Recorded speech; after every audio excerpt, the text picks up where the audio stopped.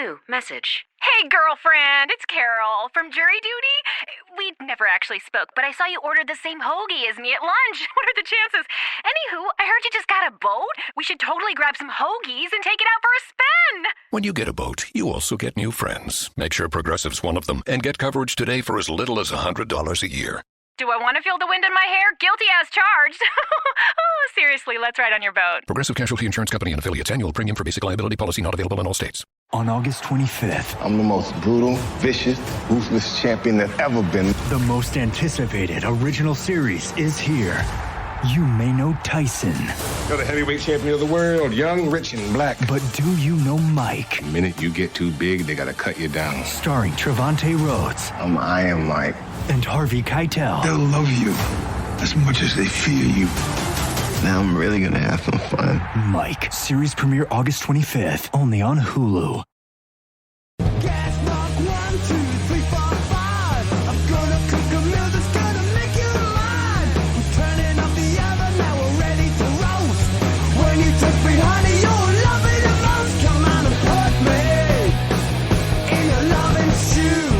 Hey, it's Stuart Wright, the Britflicks Podcast host, and I'm cutting in again just to let you know this is the continuation of the Frightfest preview series, and again, breaking with the tradition of the usual long-form Q&A. This is 6 bite-sized, spoiler-free introductions to films that are playing. You will hear about Do Not Disturb, The Harbinger, Mean-Spirited, The Once and Future Smash, plus End Zone 2, The Ones They Didn't Burn, and Stalker. Everyone is asked the same questions. Tell us who they are, what their role is on the film, a brief synopsis about the film, the kernel of the idea that led to the film that you're seeing today, their favourite memory from the shoot, a spoiler-free insight into the scene they're looking forward to most seeing with an audience at Frightfest. And then finally, they're offering their tips to any rookie attendees to Frightfest, or simply saying they are rookie attendees and they're really looking forward to attending.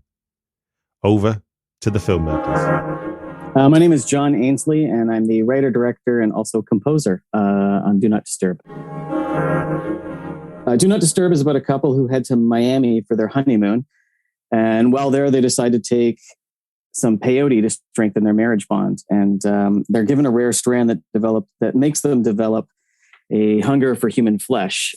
And they everything goes unhinged from there. And they basically consummate the marriage through eating each other. In the end, I mean, it's really about Chloe, the lead character, who is learning to not trust her partner. And she eats her way out of a bad relationship.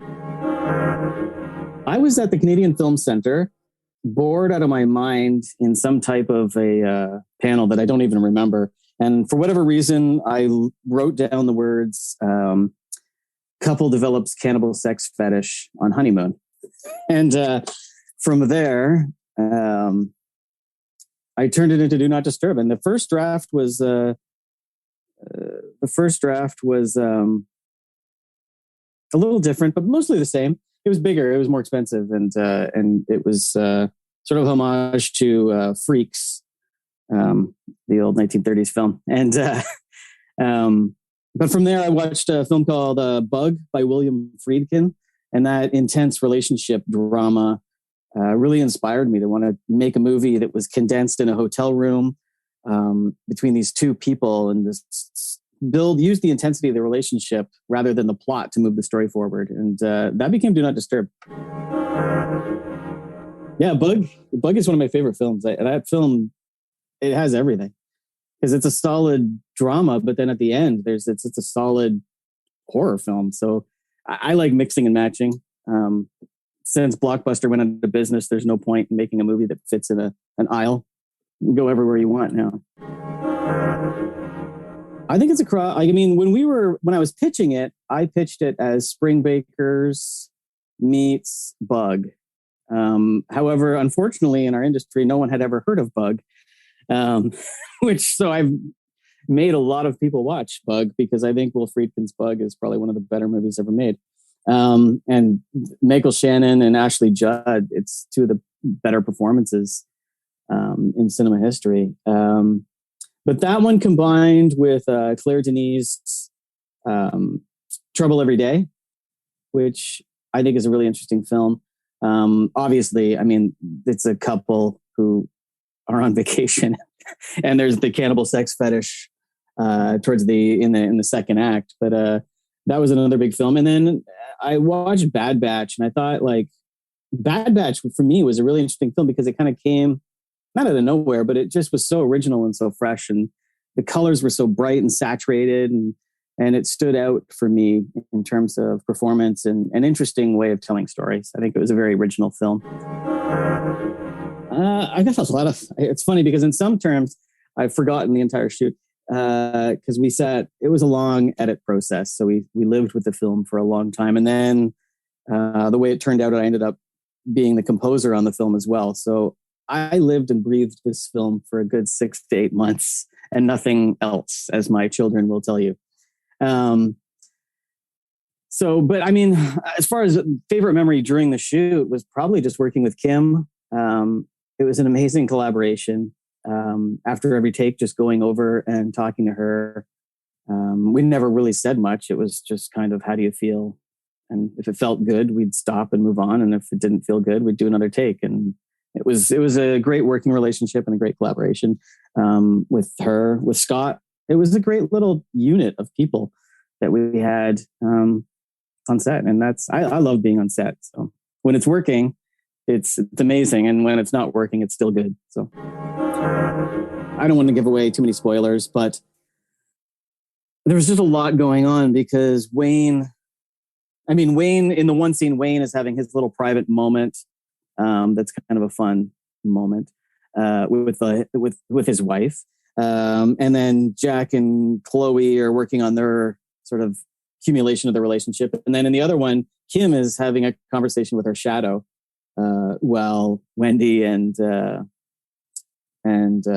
Jack do their thing. So it was fun to balance them back and forth, and shooting the shadow was kind of fun, and I'm surprised it worked. That was one of those things I wrote that I just thought this isn't going to be able to be achieved on our budget and our schedule. But Scott McIntyre, the DP, he figured it out, and it worked just great. I would tell rookie attendees to eat free as often as possible, because it's the only place that young aspiring filmmakers get to eat free outside of being home. And then, just go out and talk to as many people as you can. It depends on the festival, but I mean, you could go to a lot of festivals have a little sort of common meeting ground, and you can sit down and just start talking to the person next to you, and you never know where that will lead. My name is Andy Mitton, and I'm the writer-director of The Harbinger.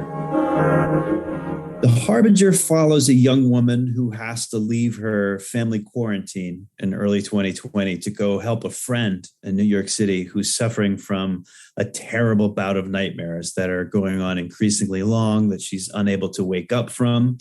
And our heroine discovers too late that these nightmares, like a lot of things in our world, are contagious, as is the demon behind them.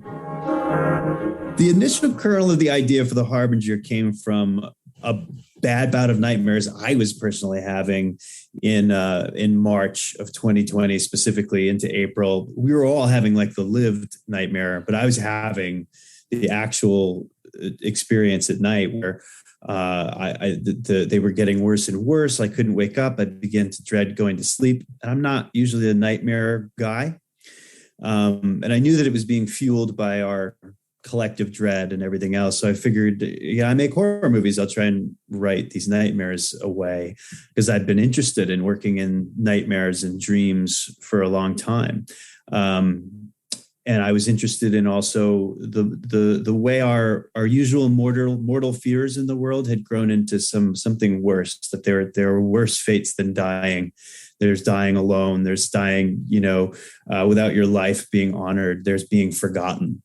So I tried to take that and weave together this machine of a story that would address that, but would also satisfy my hunger as just a horror fan, to deliver the goods to the community. The main influences on The Harbinger, I'm going to call it a 3-part. Let's say it's Nightmare on Elm Street by way of Jacob's Ladder with a dash of Candyman. One of my favorite memories from the shoot happened in our second week. And it was a long dolly shot on one of our main actresses, Emily Davis, when she's in an apartment and she's describing to her friend the details of her nightmare. And that's our first sort of way into what's going on, and we're building dread. And she had a big, long chunk of text, and we had a really slow, careful dolly push, which is deceptively difficult. And it was just one of those nights where we got this amazing take. It was a beautiful focus pull. The set looked great. The lights looked great. Emily just brought it.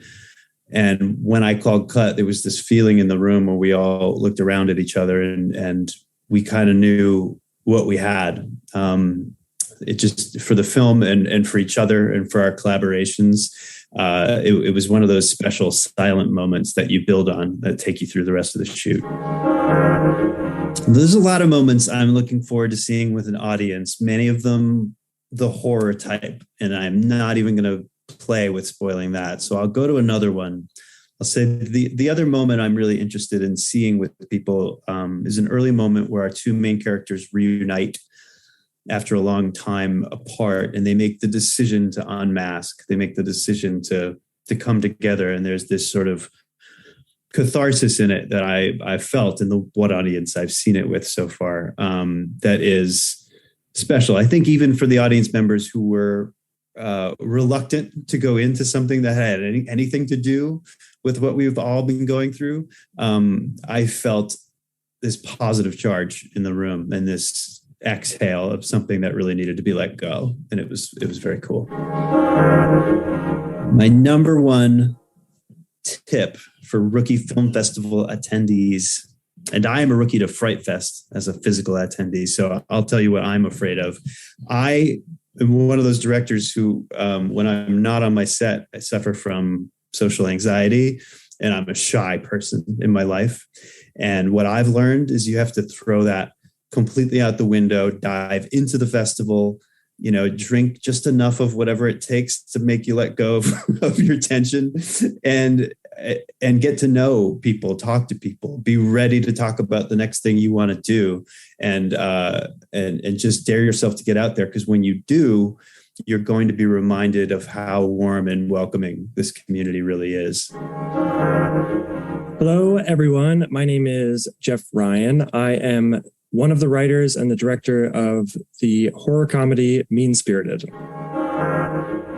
Mean-Spirited is about a failed vlogger who tries to bury the hatchet with an old friend who's possessed by a demon. And it's kind of a satire on YouTube, and vlogumentary is what we call it, but it's essentially a trip to the Poconos Mountains in Pennsylvania where a vlogger comes face to face with his famous ex-friend who is now possessed by a demon, and it's kind of a run for survival as all his friends become demons.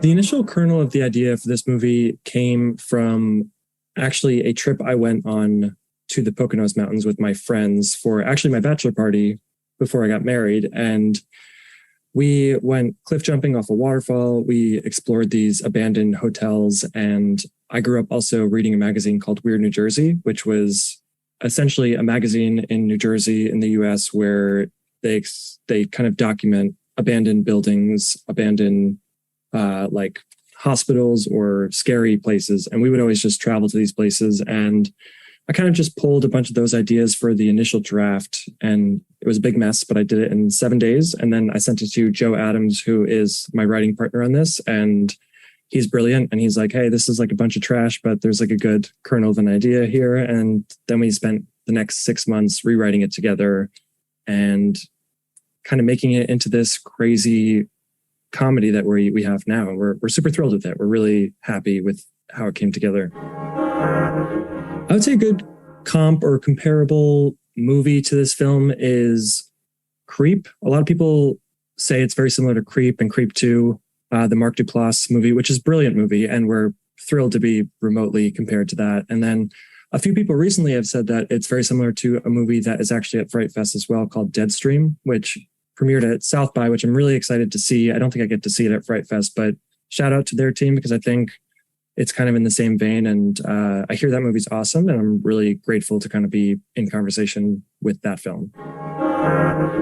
A favorite memory of the shoot would be we have a few scenes at a waterfall, which the film takes place in like the late summer, but we filmed in October, and in the Poconos Mountains, it was very cold. So we had this idea to film this, stunt scene at a waterfall where someone kind of gets thrown off a cliff.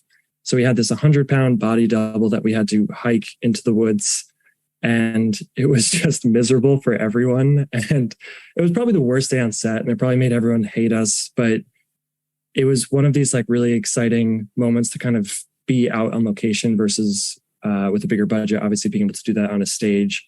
And I really loved it because I love waterfalls. It's like one of my like strange, weird things, that and thunderstorms. And I being one of the actors, I had to go in the water as well. And it was terribly cold and literally the worst feeling on our bodies. So it was miserable, but I really loved that. And then I would say the second memory, if I can add to, is we had this prank sequence in the movie that's really fun, and it was just crazy. And we basically we crack an egg into one of the actors' mouths, and everyone was like, "Oh, this is like so gross. Like, I don't know if we should do this." And I was like, "Oh, I'll do it too. Like, I'll show you. Like, it's not that bad." And like, so they did it with me first, and it was horrible. It was so disgusting to get like a raw egg dropped in my mouth. And then the actor Will Martin, who did the actual stunt, did like an incredible job and somehow kept it together. And then as soon as we called cut, like literally everyone was on the ground laughing. It was just a really fun memory from set, honestly.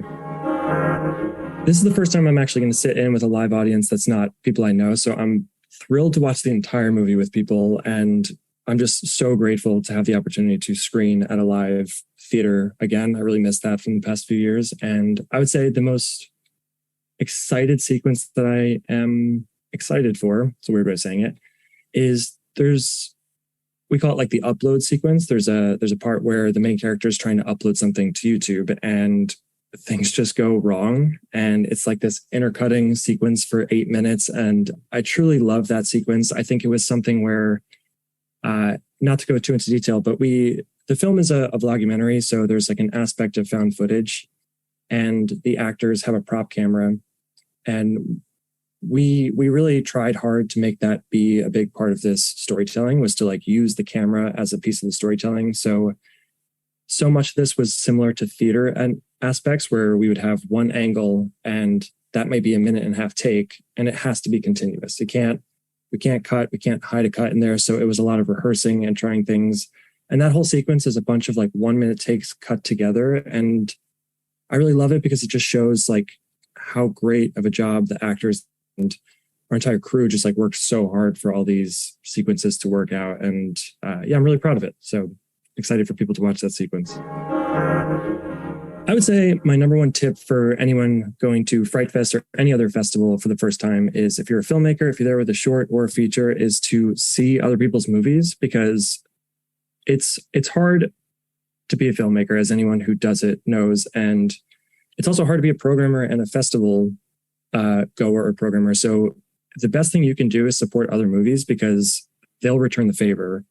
And the second thing I would say is just go to the festival, because you want to be there and you want to be involved, and don't worry so much about, career opportunities and things like that. I think the best thing you could do is make relationships with other filmmakers, with programmers, and have a blast while you're doing it, honestly, because this is the best part of the movie making experience, is you get to experience this with strangers. And I think some of my best collaborators over the years have come from film festivals, and the friendships that you have from these film festivals can be like a lifelong friendship, and you support them, they support you. It is this mutual beneficial relationship that you can kind of capitalize on. So I think have fun, go to the festival, talk about your movie, and then also don't stress about talking about your movie. Have a blast, and yeah, if you're there, let me know because I would love to see your movie as well.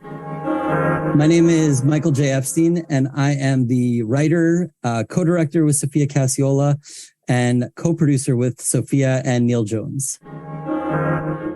The title of our film is The Once and Future Smash, and it's playing at Frightfest as a double feature with the restoration of the film End Zone 2. The Once and Future Smash tells the story of the two guys who played the cannibal football slasher named Smash Mouth in the obscure 1970 film End Zone 2. And when there are plans for a reboot of the End Zone series, these two actors each think they're going to be the one to return to the role of Smash Mouth. And there's going to be a casting announcement made at the Mad Monster Party Horror Convention. And so we follow that story of the rivalry between these two guys, and we follow the casting announcement and the aftermath of that. And I can say it definitely does go to some strange places. And the film is really meant to be a celebration of the historical importance and influence of End Zone 2, even though it's not a well-known film, and a bit of an exploration of what has been going on with these two actors over the past 50 years, which is honestly not a whole lot since they did End Zone 2. But we're really happy also that to accompany the Once and Future Smash, we're able to bring this long-awaited restoration of the original film. And it's the sequel. So the original End Zone, a guy named Jimmy Smazmuth plays on the high school football team. And he is beaten up very badly by his teammates, so badly that his jaw is broken and he can't eat. And so in the original, his mother helps him kill off the teammates, and she blends them up for him so that he can drink them kind of as a smoothie sort of thing. And so in End Zone 2, it's 15 years later, and Smash Mouth has returned to get revenge on the cheerleaders who were involved in the original incident. So the initial idea for the film came from the fact that horror conventions started getting really popular. And I came across a lot of conversations on the internet. I'm not a big convention person myself, but I came across a lot of conversations on the internet about how you have to make sure to get collectibles signed in a certain order because certain actors would refuse to sign something if it had been signed by another actor that they had a rivalry or some kind of disagreement with. And I thought that was a really interesting area to take a look at and a fun concept to explore in a movie. And as I was thinking about that and kind of just outlining it, no real plan to make it, our friend Neil Jones spontaneously was telling us a story about how he was having trouble booking a particular. Progressive is America's #1 motorcycle insurer, so we understand motorcycles. No, really, we have a bike translator. Okay, so this bike feels like he's capable of a little more than just trips to the convenience store. Oh, also, he wants to let you know that you can buy a gallon of ice cream instead of a pint every time. Those are his words. So he said roughly like, blink the last wheel. It doesn't really translate, but the way he said it was super funny. Get 24/7 roadside assistance with Progressive. Progressive Casualty Insurance Company and affiliates. Roadside assistance subject to policy terms and limits and may require comprehensive coverage. On August 25th, I'm the most brutal, vicious, ruthless champion that's ever been. the most anticipated original series is here. You may know Tyson. You're the heavyweight champion of the world, young, rich, and black. But do you know Mike? The minute you get too big, they gotta cut you down. Starring Trevante Rhodes I'm Iron Mike. and Harvey Keitel. They'll love you as much as they fear you. Now I'm really gonna have some fun. Mike, series premiere August 25th, only on Hulu. Actor from a popular horror franchise as a guest on his podcast. He does the Without Your Head podcast. And the actor was angry with him because he had previously booked another actor who had played the same role as they did in the same movie. And there was, a long kind of standing rivalry between the two of them. So when Neil was telling me about this struggle to kind of deal with the situation, I told him about the concept of trying to tell a story about two actors like this, and he really liked the idea. And he was actually able to get us access to the Mad Monster Party Horror Convention, and that was where the story is set, where it takes place. And because Neil also has a long history of interviewing lots of horror community people, he was able to talk to his former guests and see if they wanted to come talk about End Zone 2 in the movie. And so many of them were interested. We were able to get different perspectives on the original film. A good comparison for the Once and Future Smash would probably be any kind of documentary that incorporates surrealism, elements of the fantastic and metaphorical. We weren't really obsessed with just pure reality in it. We like to play around with it. And we think of that kind of in the realm of filmmakers like Penelope Spheris or Werner Herzog, or even like mockumentary films like Christopher Guest. And in terms of the storytelling, because it's a story about a movie and some actors as well, the actors from the movie, we really liked the movie that Lisa Downs made that celebrates the legacy and history of the movie Flash Gordon, and also simultaneously tells the story of Sam Jones, who played Flash in the Flash Gordon movie. And that's a movie called Life After Flash. And I think that was, I don't know if we intentionally did it, but I think, as we were going through, we realized, oh, that's a really nice reference for kind of the structure, because you're telling two different stories. You're celebrating the film and looking at the kind of the experience of these actors. My favorite memory from the shoot was really, honestly, the whole opportunity to hang out with our friends Bill Whedon and Michael St. Michaels, who play who are the two leads in the movie. And we just spent, several days with them, and just getting to kind of work with them and create with them and watch them play off each other and see their real life rivalry, and see how it plays off in the film. They're both wonderful performers. They're both really excellent people. We just really like them both. And it was truly a pleasure to collaborate on this with them. And then we also just, beyond that, it was so great to just get to sit down and meet and interview a whole bunch of horror icons and great people we really admire and love who influenced our work, who we watched their films as younger people, and they really influenced our work. And just being able to share an affinity for End Zone 2 with them was really excellent. The moment I'm looking forward to seeing the most with an audience is when Bill and Michael really start to open up to each other, because the film has a lot of strange and comedic elements, and they're very closed off in a lot of ways. But I think we really managed to get them to a point where there's a surprising kind of vulnerability between the two of them.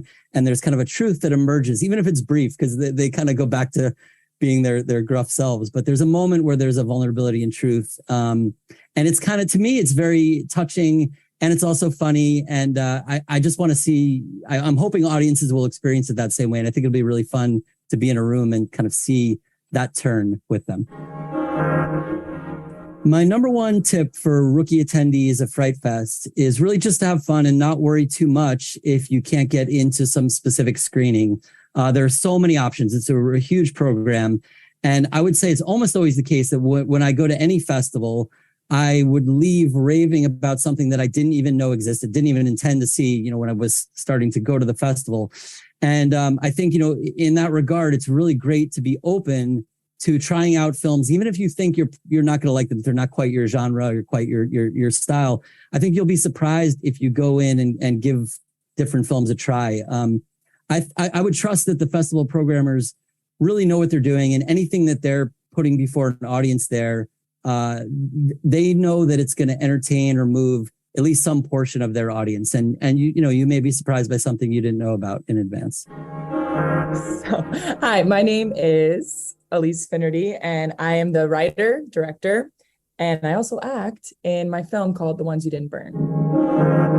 In The Ones You Didn't Burn, we follow Nathan and Mira, and they're estranged siblings returning to their family farm to settle the trust of the land after their father mysteriously commits suicide. So once there, Nathan, he starts having these really vivid nightmares of like a long-haired, beautiful, but albeit creepy woman crawling out of the ocean, and starts feeling the same dread that his father felt before his death. So as Nathan spirals back into the addiction that actually caused the friction with his sister, Mira begins to grow close to these women who are working on the farm / ancestors, wink, wink, that the family exploited hundreds of years ago. And as Nathan unravels further, so does this mystery about a centuries-old secret regarding the land's original owners. I keep saying in other interviews and podcasts that it started with my access to my friend's farmland. And that's definitely true. I mean, for a logistic point of view, but in terms of the first kernel or seed that really got this idea flowing, honestly, it started with this tarot card reading that my girlfriend did for me and our other girlfriend out in the desert. Like we took a road trip to the Grand Canyon at the very start of the pandemic. And we were all going through our own transitions. I mean, everyone was at that time, right? But especially as women. And actually, our third was pregnant. Our third friend was pregnant. She didn't even know. It was crazy. But I guess this bond, or if you want to call it ceremony, really gave me clarity and power. And something about that felt very magical, like very witchy. And I don't know, I think I summoned something that night, because from there it just flowed out of me. But I would say that was definitely the first tiny little kernel. So I've been saying my biggest influence for this film was, obviously The Witch, which was Robert Eggers' directorial debut. And it's completely different, especially he puts us directly in the period of witch trials, 1600s. But I really loved how he just shows the protagonist's arc and her growth into a witch, and ends up with her being the hero at the end and having this strength. Of course, she, kills everyone, but still. And I guess another influence is obviously Ari Aster, who's one of my favorite recent horror directors. His film Midsummer. And obviously having a horror film that was shot mostly in daylight, it's genius, and was definitely inspiring for my mood board. But again, he just showed a female protagonist at the end who overcomes her weaknesses and she wins. I just love that. So those were two of my strongest influences. So my favorite memory, there's so many memories from this shoot. All of it. The whole thing felt like a trippy fever dream in a good way. But I would say my favorite memory is from this one night. We were on the beach, and we had been there since the sun had come up, and we were exhausted. It was a night shoot that night. And we just finished the dream sequence when Estelle, who plays Scarlett, she's crawling out of the water, right? And there was one more shot that we needed to get, and we decided to just call it, or I decided to call it and just save some energy. That's part of the job of being a director, is saving everyone from their demise. But as I was starting to pack up, Sam, who actually he plays Greg, but he was also one of my ADs, and Brett, our DP, and Nico, our AC/gaffer, they just pushed a little harder. And they started setting up lights for that shot that I decided we're just going to cut. I see them kind of like getting everything ready, and I'm just focused on getting out of there. And they really wanted to set it up before they called me over. So they called me over, and they just started like begging me to let Estelle stand in the frame. And I look over to Estelle, who's, she's not just acting. Remember, she's like my producing partner. She's one of the other AD. She'd also just given birth. She had her baby on set. That's a whole other thing. And I look at her, and she's like wrapped in a blanket, like shivering to the bone. And I absolutely not, guys. But she told me, she's like, I want to do it. I want to get in it. And I looked at her, I was like, I don't think it's a good idea. And she said, you got to trust me. Really. I'm okay. I can do it. So she got in it, and we got the shot, and it was just one of those moments that everyone worked together for the vision. And I don't know, driving back to base that night, just like music blasting and feeling the satisfaction of making art with people that, you love and you trust. And it's just the best. It's the best part of this whole thing. Right. So that's my favorite. It's so hard not to spoil anything. Especially because, I can't wait to hear people's reactions, and that's my favorite part. But I would say the full dream sequence at the end, the film kind of teases it throughout the movie, but it goes hard in the last 20 minutes, and the score is just incredible. It gives me goosebumps every time. And then there's this nice little gross tail end that usually gets a physical reaction from anyone I watch it with. I think you know what I'm talking about. So that's going to be fun. Drink a lot.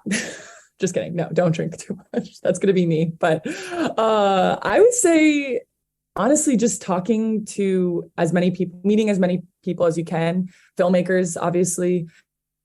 Whether you're in the industry or not, I would say that that's the beauty of festivals and seeing movies alongside of the people that made them. That's really rare in all platforms of art. So I'll be trying to talk to as many people that want to talk to me. Come up to me, please. I'll be nervous, but I would love to talk to anyone who wants to hear more about the film. So. My name is Chris Watt, and I am a screenwriter of the new psychological thriller Stalker. Stalker is the story of an actor named Rose Hepburn, played by Sophie Skelton, who finds herself trapped in an elevator that is broken down with a mysterious stranger who turns out to be a character named Daniel Reed, played by Stuart Brennan. And as the story progresses, two things become clear. One, that the elevator is unstable, and as there's a storm approaching, it's showing signs that it could plummet to the ground. And two, perhaps worse than the elevator plummeting, it becomes very clear that Daniel may be more familiar with Rose than he first let on, which leads to tensions and suspense on every level. Well, the initial kernel, there's two elements to this, really. One, there was a time 5 years ago when I was in a shopping centre in Manchester, and I stepped into an elevator and it went up about 3 floors, and between the second and the third floor, it jammed completely with me and 4 other people inside it, which, wasn't nearly as terrifying as being in a high rise, as being 12 or 13 floors up. You're only going to plummet to maybe 18 feet as opposed to hundreds of feet. So, not the most terrifying experience of my life. And it only lasted about 3 or 4 minutes. But it never left my mind. It's the impression it left with me of, God, what would it be like if you were trapped hundreds of feet up inside this little box? And that starts ideas rolling as well, because you start to think, well, what could you do with an idea like that? Well, maybe there's somebody else in there, and maybe that somebody else has something unusual about them. And, that's kind of an idea that I kept to one side. I kept it in my little book of plots that I keep on my desk, my little notebook. And the second element really is closer to home. It came about because I started writing this script when the first wave of the pandemic had hit.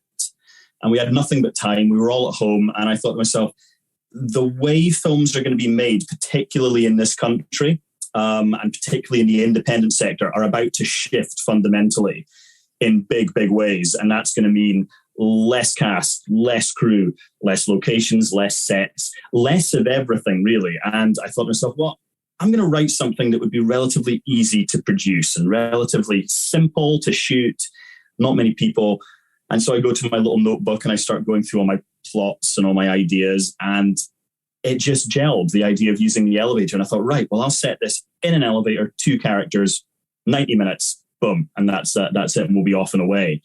And of course, as these things often happen, you think to yourself, well, this is a nice, simple idea. It'll be nice and simple to get done. And then you have to suddenly think to yourself, well, what do I do? I've got to fill 90 pages. I've got 2 characters in 1 location. So from the kernel of the simplest of ideas, it sort of turns into this nightmare, almost as nightmarish as the plot itself. There are a lot of influences when it comes to this. I'm a big fan of Danny Boyle when he's in thriller mode. And I think a film like Shallow Grave, which I still consider his best film, the way he uses space and the way he uses a simple idea and manages to create something visceral and energetic from it is really something. The other film of his that I also found a huge influence was 127 Hours. Very different in terms of genre, but you've literally got a man pinned under a rock, and it's possibly the most energetic film he has ever made. And you start sort of dissecting those stories and think yourself, well, how did he do that? And how do you make a 90-minute movie when you've got nowhere to go? And of course, you find the way through the sort of cinematic language of how to tell a story. And I think being a screenwriter is great in that respect, because you can use the cinematic language in a way. I mean, cinema is a medium that you can use time and you can use perspective in a way that you can't use it in any other medium.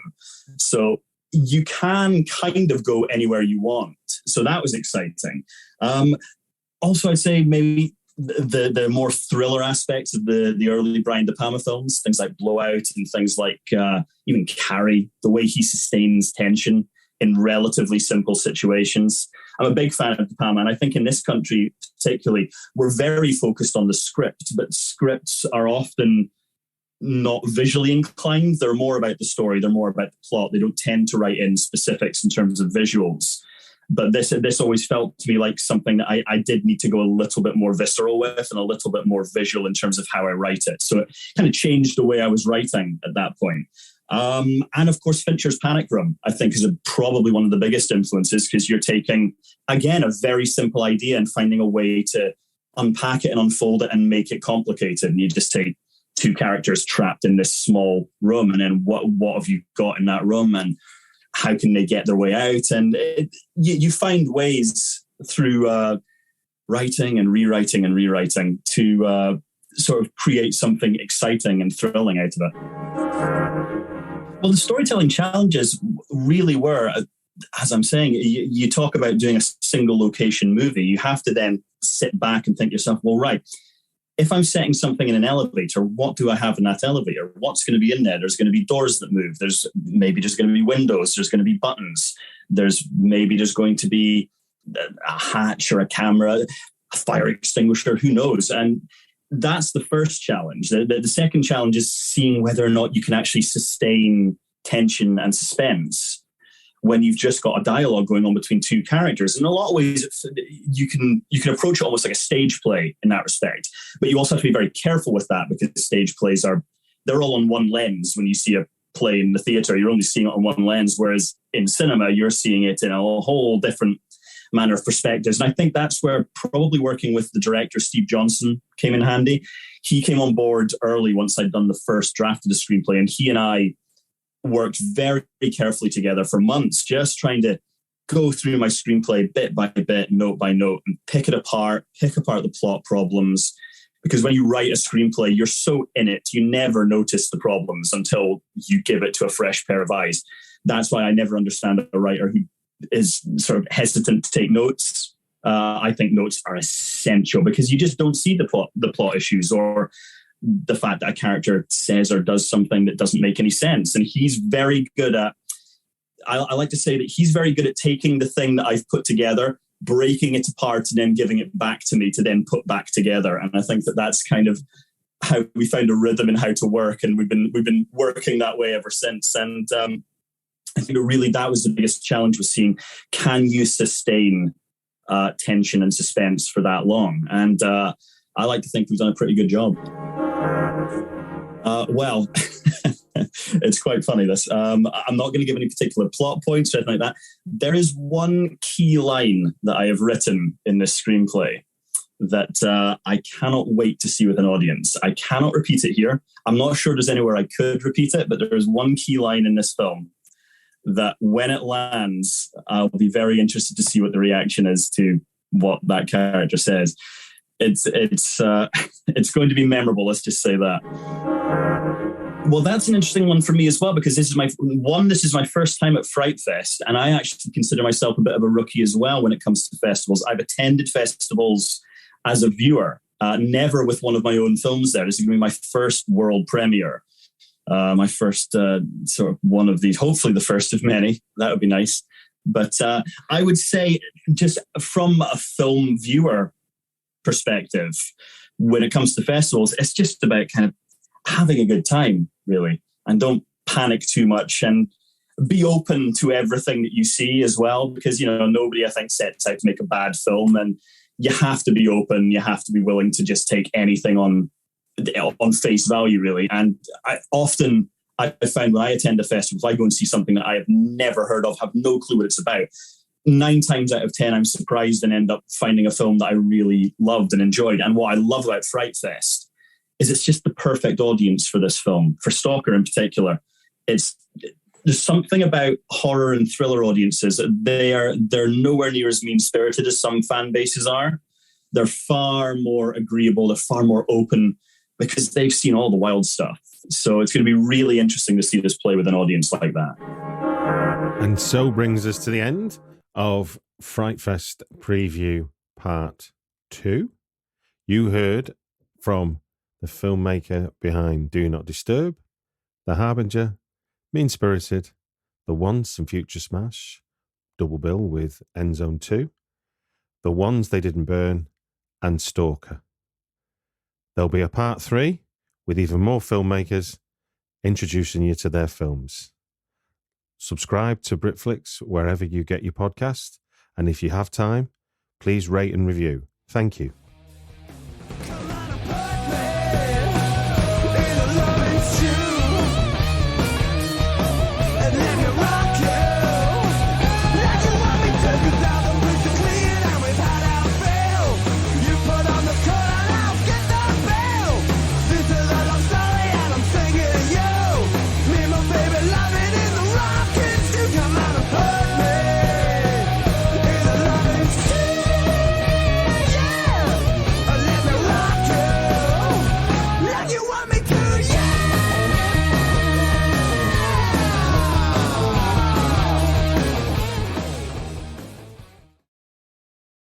This week on RVER, sponsored by Progressive Insurance. That new doctor is drop dead gorgeous. Please, he's just another RV League educated surgeon with good hair. No, he's different. Nurses, we got a Class C motorhome with a detached driver's side mirror. Meet me in the OR. Stat. Right away, doctor. No, she's on break. I'll handle this one. Oh, you conniving little... When your RV really needs saving, Progressive has you covered. See if you could save with a leader in RV insurance. Progressive Casualty Insurance Company and affiliates, covered subject to policy terms.